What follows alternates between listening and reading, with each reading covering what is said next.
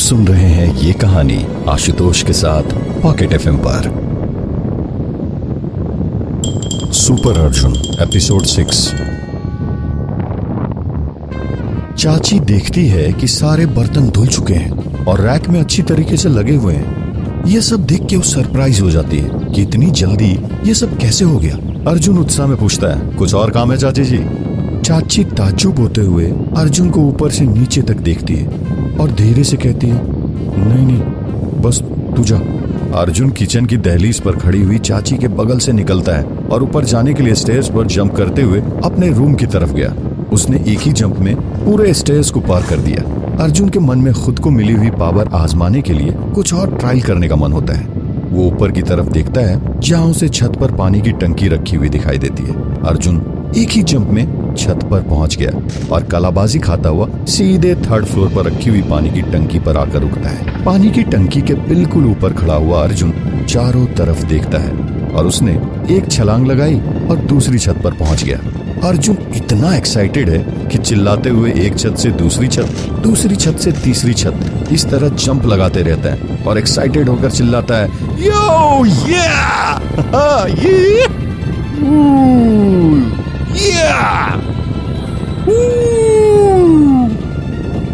दूसरी तरफ नीचे सड़क पर पैदल चलकर स्कूल जा रहे बच्चों की नजर अर्जुन पर पड़ती है, जो एक घर से दूसरे घर छलांग मार रहा है और थोड़ी दूर तक उड़ भी रहा है। एक बच्चा बोलता है, अरे वो देखो, लगता है सुपरमैन आ गया। दूसरा बच्चा बोलता है, सुपरमैन नहीं, एयरमैन। बच्चे अर्जुन को देखते हुए हाथ हिला रहे हैं। अर्जुन ने भी खुशी से उनकी तरफ हाथ हिलाया। अब अर्जुन को ऐसा लग रहा है जैसे मानो वो कोई सुपर हीरो बन गया हो और उसके अंदर 10 लोगों की ताकत आ चुकी है। अर्जुन खुश है और बेहद सरप्राइज्ड भी। अचानक मिली सुपर पावर से अर्जुन बहुत एक्साइटेड है, क्योंकि कल रात अचानक हुए एक्सीडेंट से अर्जुन के शरीर की सोई हुई ताकत जागृत हो चुकी है और वो एक सामान्य मानव से एक महामानव बन चुका है। अर्जुन सोच रहा है कि प्रोफेसर श्रीनिवासन ने सही कहा था, अर्जुन तुम्हारे अंदर भी एक सुपर पावर है। अर्जुन वापस अपने कमरे में आकर रेडी हुआ और कॉलेज के लिए निकल गया। लेकिन आज अर्जुन और दिनों की तरह मायूस नहीं था, बल्कि इसके उलट आज वो खुद को कॉन्फिडेंट फील कर रहा था। उसे ये लगने लगा था कि वो कुछ भी कर सकता है। अर्जुन ग्राउंड में पेड़ के नीचे बैठ जाता है और अपने ही ख्यालों में खोया होता है। तभी काम्या उसके पास आती है। काम्या को अपने पास आता देख अर्जुन की खुशी का ठिकाना नहीं रहा, लेकिन उसे थोड़ी घबराहट भी हो रही है। अर्जुन जानबूझकर दूसरी तरफ देखने लगता है, जैसे कि उसने काम्या को देखा ही ना। काम्या उसके पास आकर बैठ जाती है और थोड़ी देर बाद अर्जुन काम्या की तरफ देखते हुए अनजाना बने हुए कहता है, अरे तुम यहाँ कब आई? अर्जुन काम्या से थोड़ा हकलाते हुए कहता है। अर्जुन की हड़बड़ाहट का दूसरा कारण खुद काम्या थी, क्योंकि पहले काम्या कभी भी अर्जुन के पास ऐसे आकर नहीं बैठी थी। तुम कैसे हो अर्जुन? आई होप तुम ठीक होगे। और हाँ, मुझे लगता है तुम्हें विकी के अगेंस्ट बॉक्सिंग में नहीं उतरना चाहिए। काम्या थोड़ा टेंशन में आकर कहती है। क्यों? मैं क्यों नहीं उतर सकता रिंग में? मुझ में ऐसा क्या है जो मैं नहीं उतर सकता? अर्जुन ने तेज आवाज में जवाब दिया। ठीक है, उतरो और फिर मार खाना विकी के हाथों से। मैं तो तुम्हें विकी से बचाने की बात कर रही हूँ ताकि तुम्हें चोट ना लगे, काम्या थोड़ा दर्द भरी आवाज में कहती है। उसके बाद मुस्कुराते हुए अर्जुन काम्या से कहता है, मुझे ये समझ नहीं आ रहा कि तुम्हें मेरी चिंता क्यों हो रही है। अगर मैं बॉक्सिंग मैच में बुरी तरह पिटता भी हूँ, इसमें तुम्हें क्या? तुम्हें तो अच्छा ही लगेगा ना मुझे मार खाता देख। तुम सीधे और अच्छे लड़के हो, स्टडी में ध्यान दो, काम्या थोड़ा हल्के से कहा। ओह अच्छा, तो ये बात है, अर्जुन कहता है। और तुम्हें मार खाता देख मुझे अच्छा नहीं लगता, काम्या बोलती है। थोड़ी देर शांत रहने के बाद अर्जुन काम्या से पूछता है, वैसे काम्या तुम रहती कहाँ हो? I mean, तुम्हारा घर कहाँ है? मेरे पेरेंट्स बेंगलोर में रहते हैं और मैं बेंगलोर से हूँ, काम्या जवाब देती है। और मेरे पेरेंट्स भी बेंगलोर में काम करते थे, लेकिन अब वो जिंदा नहीं है, अर्जुन बताता है। I am sorry. Arjun Kamya की तरफ देखता है और कहता है, तब से मैं लखनऊ में अपने चाचा चाची के साथ रहता हूँ। तभी सामने से विकी नजर आता है और काम्या वहां से मुस्कुराते हुए वापस जाने लगती है। काम्या वहां से जा चुकी है, लेकिन अर्जुन को अभी भी काम्या के वहां पर होने का एहसास हो रहा है। इतने में वो देखता है कि काम्या अपनी एक डायरी वहां भूल गई है। अर्जुन जैसे ही डायरी वापस करने के लिए काम्या को आवाज लगाने वाला होता है, इतने में सामने से आ रहे प्रोफेसर श्रीनिवासन अर्जुन के पास आते हैं और कहते हैं, अर्जुन ध्यान कहाँ है तुम्हारा? बेटा स्टडी पर ध्यान दे लो, अगर ऐसा ही चलता रहा ना तो तुम्हारे लिए ठीक नहीं होगा। अर्जुन काम्या की डायरी को पीछे छुपा लेता है। खैर छोड़ो, मुझे तुमसे कुछ जरूरी बात करनी है, श्रीनिवासन कहता है। हाँ सर बताइए, क्या बात करनी है आपको मुझसे? अर्जुन हैरानी से जवाब देता है। अच्छा ये बताओ, तुम लखनऊ में रहते कहाँ हो? तुम्हारे पेरेंट्स क्या करते हैं? प्रोफेसर श्रीनिवासन अर्जुन से कुछ संदेह भरी आवाज में कहते हैं। मैं बेंगलोर से हूँ लेकिन अब लखनऊ में रहता हूँ, अर्जुन जवाब देता है। अच्छा, और तुम्हारे पिता वो क्या करते हैं? श्रीनिवासन उत्सुकतावश पूछता है। मेरे पिता साइंटिस्ट थे जो कि अब इस दुनिया में नहीं है, और मेरी माँ भी, अर्जुन दुखी मन से उत्तर देता है। बेंगलोर, अच्छा अच्छा। प्रोफेसर कुछ सोचने लगता है। अर्जुन के मुंह से ये बात सुनते ही प्रोफेसर की हैरानी का ठिकाना नहीं रहा। वो अर्जुन को तकरीबन 20 सेकंड तक घूर कर देखता है और उसके बाद तुरंत वहां से जाने लगता है। जैसे ही श्रीनिवासन वहां से निकलता है वैसे ही अर्जुन को उस फाइल के बारे में याद आता है जो उसे अपने घर के स्टोर रूम में मिली थी, और वो श्रीनिवासन के पीछे दौड़ते हुए जाता और कहता है, सर मुझे भी आपसे कुछ पूछना था। हाँ हाँ बिल्कुल पूछो। अपने स्टूडेंट की क्यूरियोसिटी को शांत करना ही तो एक टीचर का धर्म है, श्रीनिवासन ने एक अच्छे टीचर की तरह कहा। सर आपको काफी सालों पहले के किसी प्रोजेक्ट 18 के बारे में तो पता ही होगा, अर्जुन ने पूछा। श्रीनिवासन थोड़ा सकपका सा गया लेकिन फिर अपने आप को संभालते हुए बोला, नहीं मैंने कभी नहीं सुना, and why should I know about project whatever. Srinivasan ने थोड़ा इरिटेट होते हुए कहा और वो वहां से काफी जल्दी में निकल जाता है, जैसे कि श्रीनिवासन को अर्जुन से पीछा छुड़ाना हो। श्रीनिवासन के इस बिहेव से अर्जुन सोच में पड़ जाता है कि प्रोफेसर श्रीनिवासन उस प्रोजेक्ट 18 के बारे में खुलकर बात क्यों नहीं कर रहे हैं। मुझे लगता है वो हमसे कुछ छुपा रहे हैं। अर्जुन के हाथ में काम्या की डायरी है लेकिन काम्या आसपास दिखाई नहीं पड़ रही है। अर्जुन मुस्कुराते हुए सोचता है, चलो ये डायरी मैं अपने बैग में रख लेता हूँ, इस डायरी से उससे बात करने का एक और मौका तो मिलेगा। वहीं दूसरी तरफ श्रीनिवासन अपने केबिन में जाता है और कुर्सी पर बैठ जाता है। रूम में एसी और पंखा दोनों मौजूद है लेकिन बावजूद इसके प्रोफेसर श्रीनिवासन का चेहरा लाल पड़ा है और उसे बहुत ज्यादा पसीना भी आ रहा है। वो बस अब अर्जुन की बातों को ही याद कर रहा है। उस लड़के को प्रोजेक्ट 18 के बारे में क्या जानना था? प्रोजेक्ट 18 के बारे में जानने के लिए वो इतना ज्यादा एक्साइटेड क्यों था? कहीं अर्जुन को मेरे बारे में कुछ और तो पता नहीं चल गया? ये सारे सवाल श्रीनिवासन के दिमाग में घूम रहे थे, जिस कारण वो बहुत ज्यादा परेशान हो गया था और थोड़ी देर में पसीने से तरबतर हो जाता है। उसी समय एक प्यून ऑफिस में कॉफी लेकर अंदर आता है। श्रीनिवासन उसे देखते ही गुस्से से तमतमा उठता है। तुम्हारी हिम्मत कैसे हुई बिना नॉक किए अंदर आने की? सर कॉफी, प्यून ने कहा। Get out idiot! श्रीनिवासन उस पर चिल्लाता है। भौचक्का प्यून फौरन बड़बड़ाता हुआ बाहर आ जाता है। ये किशोर सही कहता है, श्रीनिवासन पागल हो गया है। दिन ब दिन इसका गुस्सा बढ़ता ही जा रहा है। श्रीनिवासन अपने ऑफिस से निकलता है, सीधे घर जाता है। प्रोफेसर अपने घर पहुंचता है और अपनी बड़ी सी अलमारी खोली जिसमें से वो एक बड़ी सी फाइल बाहर निकालता है। उस फाइल के बीचों बीच एक फोटो होता है। शायद वो फोटो अर्जुन का है, लेकिन अर्जुन का फोटो उसकी पुरानी फाइल में आया कैसे, ये कोई नहीं जानता। श्रीनिवासन बस उस फोटो को गौर से देखे जा रहा है। वहीं दूसरी तरफ कॉलेज कैंपस में लड़कों का एक ग्रुप साथ बैठकर बातें कर रहे हैं। यार आज अंडरग्राउंड बॉक्सिंग क्लब के अंदर कॉलेज के सबसे तगड़े बॉक्सर विकी का मैच है, एक स्टूडेंट कहता है। हाँ मुझे पता है, और उसने पूरे कॉलेज को ओपन चैलेंज दिया हुआ है कि कोई भी उसे बॉक्सिंग मैच में हराएगा उसे वो अपनी तरफ से पार्टी देगा, दूसरे ने बताया। लेकिन अभी तक उसका ओपोनेंट तय नहीं हुआ है कि कौन है। मुझे लगता है शायद कोई भी कॉलेज का लड़का उससे बॉक्सिंग करने रिंग में नहीं जाएगा, तीसरा लड़का कहता है। क्यों भाई? अरे तुझे पता है पिछली बार उसने अजय की हालत कैसी की थी? विकी ने उसे मार मार कर अधमरा कर दिया था। सभी हंसने लगते हैं।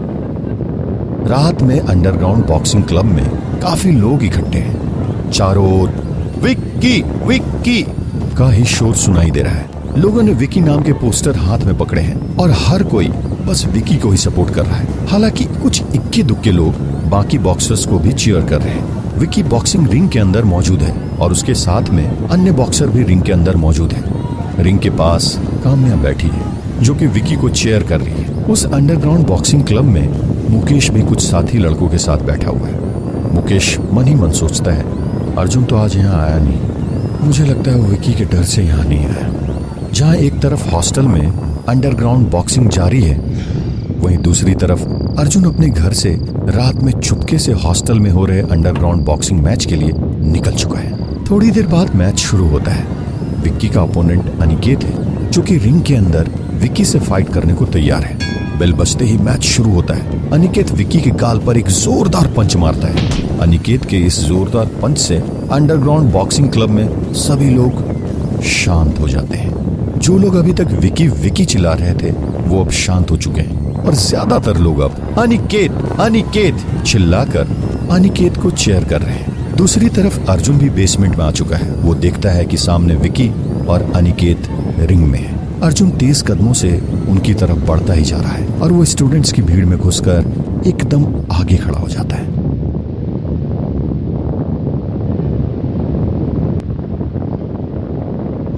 आप सुन रहे हैं ये कहानी आशुतोष के साथ पॉकेट एफएम पर। Super Arjun episode 7। मुकेश देखता है कि अर्जुन वहां आ चुका है। अर्जुन की नजर मुकेश पर पड़ती है और अर्जुन मुकेश के पास जाता है। मुकेश जोर से उसके कान के पास जाकर छिड़ने वाले लहजे में कहता है, आ गया पहलवान, क्या आज फिर पिटने का इरादा है? अर्जुन सिर्फ एक स्माइल लेता है और विक्की की तरफ देखने लगता है। वहीं दूसरी ओर रिंग में विक्की का गुस्सा 7वें आसमान पर पहुंच गया है। अनिकेत फिर विक्की के ऊपर एक और पंच से हमला करता है, लेकिन इस बार विक्की बड़ी तेजी से बचते हुए अनिकेत के फेस पर एक जोरदार पंच जड़ता है। उसके बाद क्या था, अनिकेत इस पंच के वार से सहम जाता है और फिर विक्की लगातार उसके फेस पर पंचों की बौछार कर देता है। ये फाइट मुश्किल से 3 मिनट चलती है और इन्हीं 3 मिनट में विक्की अनिकेत को बुरी तरह घायल कर देता है। विक्की अपने दोनों बाजुओं को ऊपर करके चिल्ला रहा है। तभी वहां अचानक बंदूक चलने की आवाज आती है और 10 नकाबपोश हथियारों से लैस आदमी वहां आ चुके हैं और अपनी बंदूकों को हवा में लहरा रहे हैं। सभी ने अपने मुंह को काले कलर के मास्क से ढका हुआ है।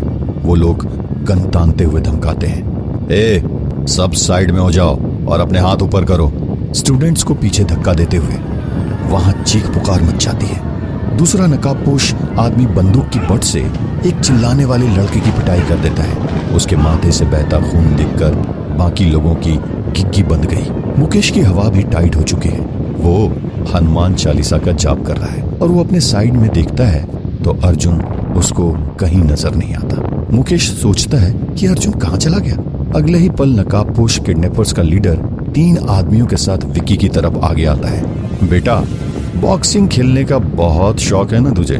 चल हमारे साथ, हमारे अड्डे में खेलेगा बॉक्सिंग। वो लोग विक्की का कॉलर पकड़ते हुए कहते हैं, कौन हो तुम और मुझे कहाँ ले जा रहे हो? अगर ये बात मेरे पापा को पता चला ना कि तुमने मुझे किडनैप करने की कोशिश की है तो तुम में से कोई नहीं बच सकता। विक्की घबराकर उनसे कहता है, बेटा, हम तो चाहते हैं कि तेरे बाप को पता चले और यही तो मौका है जब तेरे बाप से ढेर सारा पैसा ऐंठ सकते हैं। अब सीधी तरह से गाड़ी में बैठ जा, वरना 6 की 6 तेरी कनपट्टी में दे दूंगा। नकाबपोश लोग विक्की की कनपट्टी पर रिवॉल्वर रखते हुए कहते हैं। किडनैपर्स तेजी से विक्की को घसीटते हुए वैन के अंदर ले जाते हैं। विक्की अब डर गया है। उसे समझ नहीं आ रहा है कि वो क्या करे। तुम्हें पैसा चाहिए ना? मैं पापा से कह दूंगा कि तुम्हें पैसा दे दे। प्लीज प्लीज मुझे छोड़ दो। तुम्हें जितना पैसा चाहिए मैं उतना दूंगा, बस एक बार मुझे छोड़ दो। विक्की गिड़गिड़ाते हुए उनसे कहता है, वीरा, छोड़ेंगे ना तुझे? जब तेरा बाप पैसा लेकर आएगा तब छोड़ेंगे। ऐसा बोलकर वो लोग हंसने लगते हैं। उन्होंने अभी 100 मीटर का ही फासला तय किया है। तभी वैन के आगे मास्क पहना एक शख्स आता है। वो शख्स कोई और नहीं बल्कि अर्जुन ही है। अर्जुन को यूं सामने आता देख सभी लोग हैरान हो जाते हैं। वैन का ड्राइवर तेजी से हॉर्न मारता है पर अर्जुन वैन के आगे से नहीं हटता। अरे देख क्या रहे हो, चला दो उसके ऊपर से गाड़ी, उनमें से एक नकाबपोश बदमाश कहता है। जैसे ही वैन अर्जुन की तरफ बढ़ती है, इतने में अर्जुन एक ही हाथ से उस वैन को रोक देता है। वैन में बैठे सभी लोग हैरान हैं कि ये कैसे हो सकता है। ओह माय गॉड, कौन है ये? विक्की हल्की आवाज में कहता है।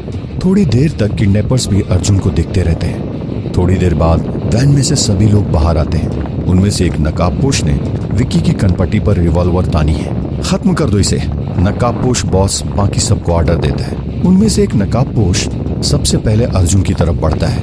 वो अर्जुन की तरफ हॉकी से वार करता है, लेकिन अर्जुन सफाई से बचते हुए एक जोरदार पंच उसके पेट में मारता है, जिसके वार से वो शख्स 20 मीटर दूर जाकर गिरता है।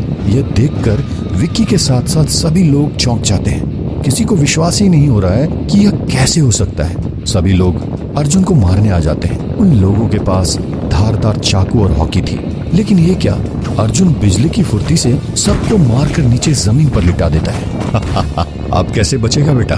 जिस शख्स ने विक्की की कनपट्टी में बंदूक तानी है वो हंसते हुए कहता है। उसके बाद वो रिवॉल्वर अर्जुन की तरफ तानता है और फिर गोलियां चला देता है। लेकिन ये क्या, अर्जुन बड़ी फुर्ती से गोलियों से बच जाता है। थोड़ी देर में उस शख्स की गोलियां खत्म हो जाती है। फिर अर्जुन तेजी से विक्की की ओर उसकी तरफ बढ़ता है। अर्जुन को अपनी ओर आता देख वो किडनैपर पर वहां से भाग खड़ा होता है। इतनी देर में अन्य सभी लोग वहां पर इकट्ठे हो जाते हैं और थोड़ी देर बाद काम्या मुकेश के साथ वहां जाती है। Thank you. कौन हो तुम? विक्की अर्जुन से कहता है, क्योंकि अर्जुन ने उस वक्त मास्क लगाया हुआ है। मैं दोस्तों का दोस्त हूं और मेरा काम है लोगों की हेल्प करना। नाम है सुपर अर्जुन। उसके बाद अर्जुन एक नजर काम्या को देखता है। मास्क से अर्जुन की आंखें साफ नजर आ रही है। काम्या, जिसके लिए एक अनजान हीरो है, उसे देखकर हल्का सा स्माइल करती है। जैसे काम्या उससे कुछ बोलने वाली होती है, वैसे ही बिजली की तेजी के साथ अर्जुन वहां से चला जाता है। थोड़ी देर बाद हमारा नॉर्मल अर्जुन वहां आता है। उसको देखकर मुकेश कहता है, अबे कहाँ चला गया था तू? आज तो बच के पता नहीं कौन फरिश्ता था। He was a hero, the real hero, super Arjun. Kamya बीच में बोल पड़ती है। अर्जुन काम्या की बात सुनकर मंद मंद मुस्कुरा रहा है।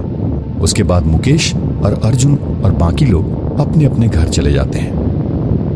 अगले दिन अर्जुन कॉलेज से घर के लिए निकलता है।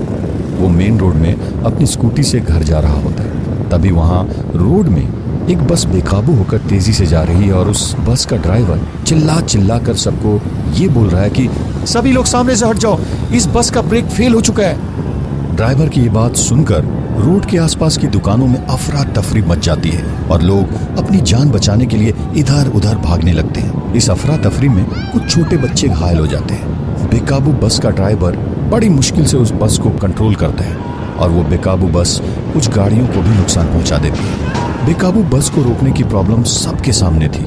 इतने में उससे भी बड़ी प्रॉब्लम सामने आ जाती है। वो बेकाबू बस अब एक स्कूल की बस से टकराने वाली थी, जिस बस में लगभग 22 से 24 छोटे बच्चे होते हैं। बेकाबू बस को अपनी ओर आता देख स्कूल की बस का ड्राइवर अपनी बस का डायरेक्शन मोड़ देता है और इतना करने में उसका बैलेंस बिगड़ जाता है और उसका सिर बस के शीशे से टकरा जाता है। ड्राइवर के सिर पर भारी चोट लग जाती है। उसके सिर से खून भी निकल रहा है और अब ये बस मेन हाईवे से हटकर एक सुनसान रास्ते की तरफ चल पड़ती है। तभी मुंह में मास्क लगाए सुपर अर्जुन उस बेकाबू बस को रोकने के लिए, जिसके ब्रेक फेल हो चुके हैं, उस बस के सामने आ जाता है और अपनी बाजू की ताकत से उस बस को रोक लेता है। वो उस बस से सभी लोगों को बाहर आने के लिए बोलता है। सुपर अर्जुन के ऐसा कहते ही सभी लोग उस बस से जल्दी जल्दी में बाहर आने लगते हैं। बस के इंजन में प्रॉब्लम होने की वजह से उस गाड़ी में हल्की हल्की आग भी लगना शुरू हो जाती है।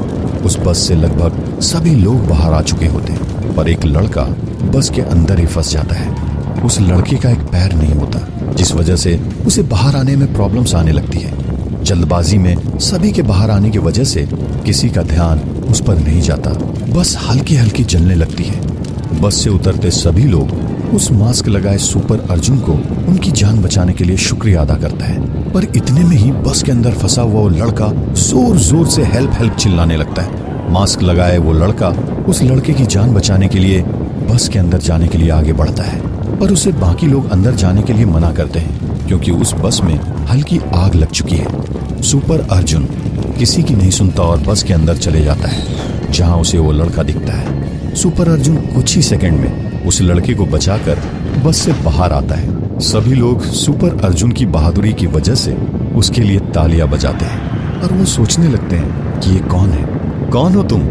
एक आदमी जोर से चिल्ला के पूछता है। सुपर अर्जुन, जोर से बोलता हुआ अर्जुन वहां से तेजी से भाग जाता है और स्कूल बस की ओर जाने लगता है। वो स्कूल बस सुनसान रास्ते में आगे एक खाई की ओर तेजी से जाने लगती है। उस बस के ड्राइवर के सिर पर इतनी गहरी चोट होती है कि उसे खुद होश तक नहीं होता और वो उस समय बस को कंट्रोल करने में असफल हो रहा होता है। वो बस एक पेड़ से टकराती है और एक चट्टान में फंस जाती है। बस चट्टान में एक तराजू की तरह फंसी हुई है, जिसका अगर जरा सा भी बैलेंस बिगड़ा तो बस सीधा नीचे गहरी खाई में जा गिरेगी। बचाओ बचाओ! सभी बच्चे जोर जोर से चिल्ला रहे हैं। तभी अचानक वो मास्क पहना हुआ सुपर अर्जुन वहां आता है। वो सीधे बस के अंदर घुसता है और एक एक करके सभी बच्चों को हवा में छलांग लगाते हुए चट्टान से बाहर दूसरी तरफ एक सुरक्षित जगह पर ले आता है। सभी बच्चे और वो बस ड्राइवर उसे देखकर चौंक जाते हैं। उन्हें यकीन नहीं होता कि कोई इंसान हवा में इतना दूर छलांग लगाकर उन्हें कैसे बचा रहा है। उसके बाद सभी बच्चे उसको थैंक यू बोलते हैं। आप कौन हैं? आप कहाँ से आए हो? एक बच्चे ने मास्क पहने हुए अर्जुन से पूछा। मम्मी पापा से कहना सुपर अर्जुन आया था, अर्जुन ने जवाब दिया और सभी बच्चों को दूर से हाथ हिलाते हुए बाय करता है और वहां से चला जाता है। आप सुन रहे हैं ये कहानी आशुतोष के साथ पॉकेट एफएम पर। Super Arjun episode 8। अगले दिन न्यूज़पेपर में सुपर के बारे में न्यूज छप जाती है। बेकाबू बस से बचे हुए लोग उस मास्क लगाए लड़के के बारे में बताते हैं कि बहुत तेजी से आया और उसने कुछ ही सेकंड में बस को रोक लिया। इसके साथ ही उसने हम सबको सुरक्षित बाहर निकाल लिया। बेकाबू बस को रोकना आसान नहीं था और उसने एक साथ इतने लोगों की जान भी बचाई। वो कोई नॉर्मल इंसान नहीं है, वो हम सभी का सुपर हीरो है। और हमें तो ये लगता है कि हम जब कभी भी मुसीबत में होंगे हमारा सुपर हीरो हमें बचाने जरूर आएगा। हम सभी तुमसे बहुत प्यार करते हैं सुपर हीरो। श्रीनिवासन अपने घर में बैठा है, लेकिन आज श्रीनिवासन और दिनों से ज्यादा खुश है। उसके भागने की तैयारी लगभग पूरी हो चुकी है। उसके पास जो टाइम ट्रेवल करने वाली मशीन है उसका भी ट्रायल चल रहा है और उसकी पावर 24 घंटे में एक्टिवेट हो जाएगी। प्रोफेसर श्रीनिवासन अभी निश्चिंत है, इसलिए वो थोड़ी देर के लिए सो जाता है आराम करने। प्रोफेसर मन में कुछ सोचकर खुश होता है और बोलता है, अब मैं वापस अपनी दुनिया में जाऊंगा और फिर वहां चारों तरफ मेरा ही साम्राज्य होगा। उसके बाद फिर प्रोफेसर थोड़ी देर सो जाता है।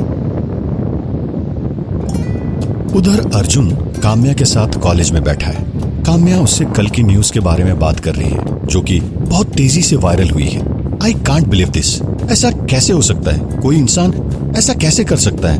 काम्या चौंकते हुए कहती है। काम्या, सभी जीवों में एक इंसान ही है जो हर काम कर सकता है, क्योंकि उसके पास कंफर्टेबल हाथ पैर होने के साथ साथ तेज दिमाग भी है, इसलिए वो कुछ भी कर सकता है। अर्जुन थोड़ा कॉन्फिडेंस होकर कहता है, हाँ आई नो, इंसान तो बहुत कुछ कर सकता है, लेकिन कल जो उसने किया ऐसा करना किसी इंसान के लिए पॉसिबल नहीं है। लेकिन उसने अपना नाम तो बताया था, सुपर अर्जुन। काम्या हैरानी भरे अंदाज में कहती है, शायद वो कोई सुपर हीरो। अर्जुन हंसते हुए कहता है, रियल लाइफ में सुपर हीरो नहीं होते पागल, वो तो सिर्फ हॉलीवुड मूवीज में होते हैं। काम्या भी हंसते हुए जवाब देती है। फिर अर्जुन काम्या से कहता है, पर जो भी हो वो बंदा रियल लाइफ हीरो तो है ना? हाँ रियल लाइफ हीरो तो है, उससे मिलना है और एक किस करना है। काम्या ने हल्के नजाकत भरे शब्दों में कहा। तो कर लो, अर्जुन तो तुम्हारे सामने है। अर्जुन ने थोड़ा मजाकिया ढंग से कहा। क्या कहा तुमने? एक बार फिर से बोलना, मैंने सही से सुना नहीं। काम्या भी थोड़ा मजाकिया अंदाज में बोलती है। नहीं, मैं तो ये कह रहा था कि रियल लाइफ सुपर हीरो है। इतने में विकी की एंट्री होती है। हमेशा की तरह विकी एक बार फिर काम्या के सामने अर्जुन को बहुत बुरा भला कहता है। वो हर संभव कोशिश करता है अर्जुन की बेइज्जती करने की। आखिरकार अर्जुन विकी की बातों से तंग आकर उससे वहां से जाने को कहता है। ओह, अब तू भेजेगा मुझे यहाँ से? बेटा, विकी अपनी मर्जी का मालिक है, मैं नहीं। तू जाएगा यहाँ से, तू।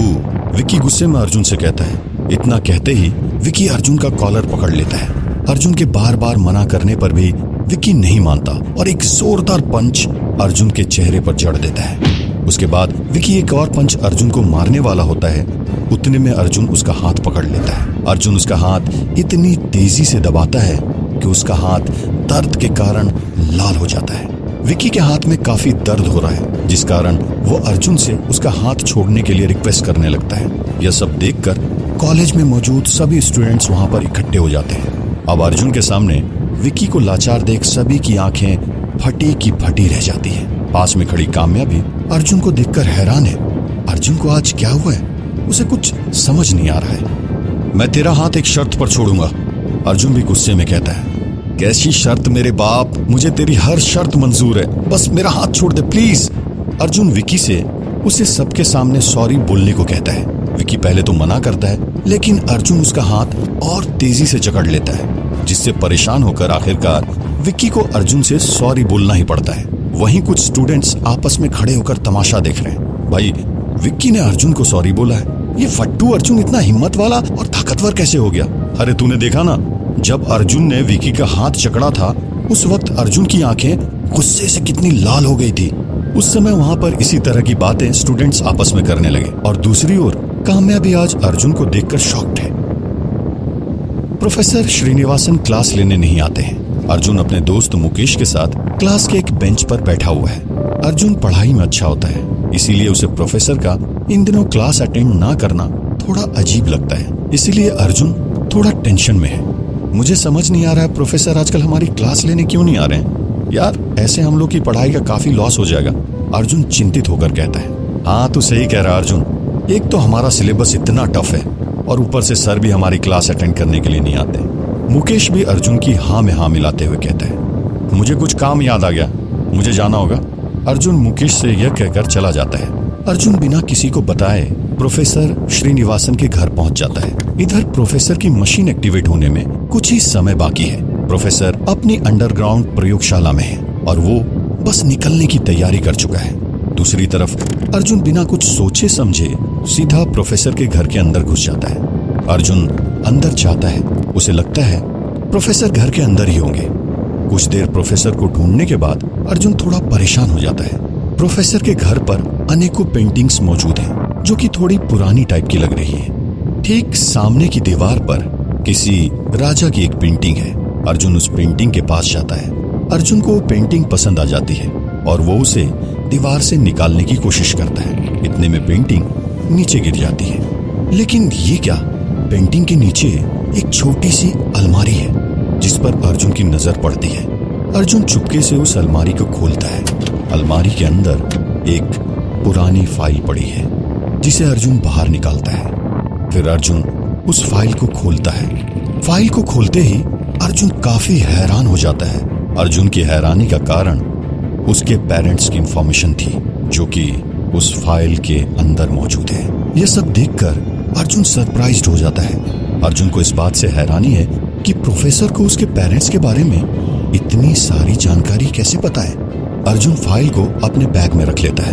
अब सवाल उसके पेरेंट्स का है, इसलिए वो प्रोफेसर श्रीनिवासन के घर में कुछ और तलाशने की कोशिश करता है। वो इधर उधर देखता है, तभी उसकी नजर एक और बड़ी अलमारी पर पड़ती है। वो उसको ओपन करता है और अंदर देखता है तो एक सीक्रेट लिफ्ट है। यह लिफ्ट सीधा प्रोफेसर की खुफिया लैब में जाती है। दूसरी तरफ प्रोफेसर की मशीन की पावर एक्टिवेट होने में अभी कुछ ही मिनट का समय बचा है। इतने में अर्जुन लैब के अंदर दाखिल हो जाता है। अर्जुन को अपनी खुफिया लैब में देखकर प्रोफेसर हैरान हो जाता है। तुम यहाँ कैसे आए और यहाँ क्या करने के लिए आए हो? श्रीनिवासन ने हड़बड़ाहट में अर्जुन से पूछा। उसके बाद अर्जुन अपने बैग से वो फाइल निकालता है जो उसे ऊपर उस खुफिया अलमारी में मिली थी। ये फाइल तुम्हारे पास कैसे आई? श्रीनिवासन चौंकते हुए कहता है, इसमें मेरे माँ बाप की सारी इंफॉर्मेशन मौजूद है। मैं तुम्हारे बारे में सब कुछ जान चुका हूँ प्रोफेसर। अब तुम्हारा खेल खत्म हो चुका है। तुम ये बताओ कि तुमने मेरे माँ बाप को क्यों मारा? अर्जुन गुस्से से कहता है। श्रीनिवासन हंसते हुए कहता है, अब तुम अपने माँ बाप की सच्चाई जानने आ ही गए हो तो भी तुम मेरा कुछ नहीं बिगाड़ सकते। तुम मुझे मेरे मिशन में कामयाब होने से नहीं रोक सकते अर्जुन। श्रीनिवासन के इतना कहते ही अपने पास मौजूद एक छोटे से डिवाइस का बटन पुश करते ही उसके हाथों में सामने की दीवार पर एक मशीन में लगे हुए आर्टिफिशियल ग्लव्स आ जाते हैं। ये कोई आम ग्लव्स नहीं थे, बल्कि एक घातक हथियार है जो कि एक्स्ट्रा पावरफुल होते हैं और सामने वाले को पल भर में नेस्तो नाबूद कर सकते हैं। फिर क्या था, प्रोफेसर और अर्जुन के बीच लड़ाई शुरू हो जाती है। कुछ ही मिनट तक लड़ाई चलती है जिसमें अर्जुन श्रीनिवासन के फेस पर एक जोरदार पंच मार के उसे जमीन पर लिटा देता है। पर इतने में ही प्रोफेसर लैब की दीवार में लगे छोटे से लाल कलर के बटन को दबा देता है। उस लाल कलर के बटन को दबाते ही एक आर्टिफिशियल ट्रैप अर्जुन के ऊपर आ जाता है। मैंने कहा था ना, तुम मेरा कुछ भी नहीं बिगाड़ सकते, प्रोफेसर ने हंसते हुए कहा। उधर मशीन की पावर एक्टिवेट होने में 2 मिनट का ही समय बचा है। बाय बाय अर्जुन, मैं चलता हूँ अपनी दुनिया में, और तुम्हें तुम्हारी ये दुनिया मुबारक हो अर्जुन। इतना कहते ही प्रोफेसर मशीन के अंदर चला जाता है। अभी मशीन की पावर पूरी तरह से एक्टिवेट नहीं हुई है। मशीन में हरे रंग की लाइट जलती है। प्रोफेसर तैयार है वापस से 1983 में जाने को, लेकिन इतने में अर्जुन अपनी सुपर पावर से उस ट्रैप को तोड़ देता है जिसके अंदर वो अभी तक कैद था। मशीन की पावर एक्टिवेट होने में तकरीबन 5 सेकंड का ही वक्त बचा है, लेकिन इतने में कुछ सेकंड के अंदर ही अर्जुन झट से प्रोफेसर के साथ उस मशीन के अंदर दाखिल हो जाता है। इससे पहले प्रोफेसर कुछ करता, मशीन की पावर पूरी तरह से एक्टिवेट हो जाती है। हजारों वॉट की पावर जनरेट होती है और इतनी तेज रोशनी होती है जैसे कि सूरज ठीक आंखों के सामने आ गया हो, और एक जोर की आवाज होती है। श्रीनिवासन ने अपनी आंखों और कानों को सुरक्षित रखने के लिए विशेष उपकरण पहन रखे हैं, जबकि अर्जुन इस तेज रोशनी और आवाज से बेहोश हो जाता है। क्योंकि अब मशीन एक्टिवेट हो चुकी है और एक जोरदार आवाज के साथ एक रोशनी कड़कती है और मशीन गायब हो जाती है। दूसरी तरफ स्पेस रिसर्च इंस्टीट्यूट में कुछ लोग पता लगा रहे हैं कि ये क्या हो सकता है, क्योंकि श्रीनिवासन की टाइम मशीन को स्टार्ट होते ही, जो कि लाइट की स्पीड से तेज चलती है, जिसकी वजह से आसमान में कुछ असामान्य रूप से हरे और लाल रंग की लाइट दिखती है, जिससे स्पेस रिसर्च इंस्टीट्यूट के लोग चौकन्ने हो जाते हैं। हमें मॉनिटर पर कुछ अजीब से सिग्नल प्राप्त हो रहे हैं, जैसे कि कोई एलियन शिप आया हो, पर अभी भी समझ नहीं आ रहा है कि वो क्या है। उनमें से एक ऑब्जर्वर बोलता है, कहीं दुश्मन देशों से कोई अटैक तो नहीं होने वाला? अगर दुश्मन देश से अटैक होता तो उसकी जानकारी हमारे रडार सिस्टम से पता लग जाती, लेकिन यहाँ तो मामला कुछ और ही है। मॉनिटर में कुछ और ही सिग्नल मिल रहे हैं। कुछ इसी तरह की बातें स्पेस रिसर्च इंस्टीट्यूट में हो रही थी। हमें जल्दी इसके बारे में पता लगाना होगा। तुम ऐसा करो, जिस जगह से ये सिग्नल आ रहे हैं वहाँ एक एयर पेट्रोलिंग टीम भेजकर पता करो कि माजरा क्या है। उनमें से एक ऑफिसर बाकियों को ऑर्डर देता है।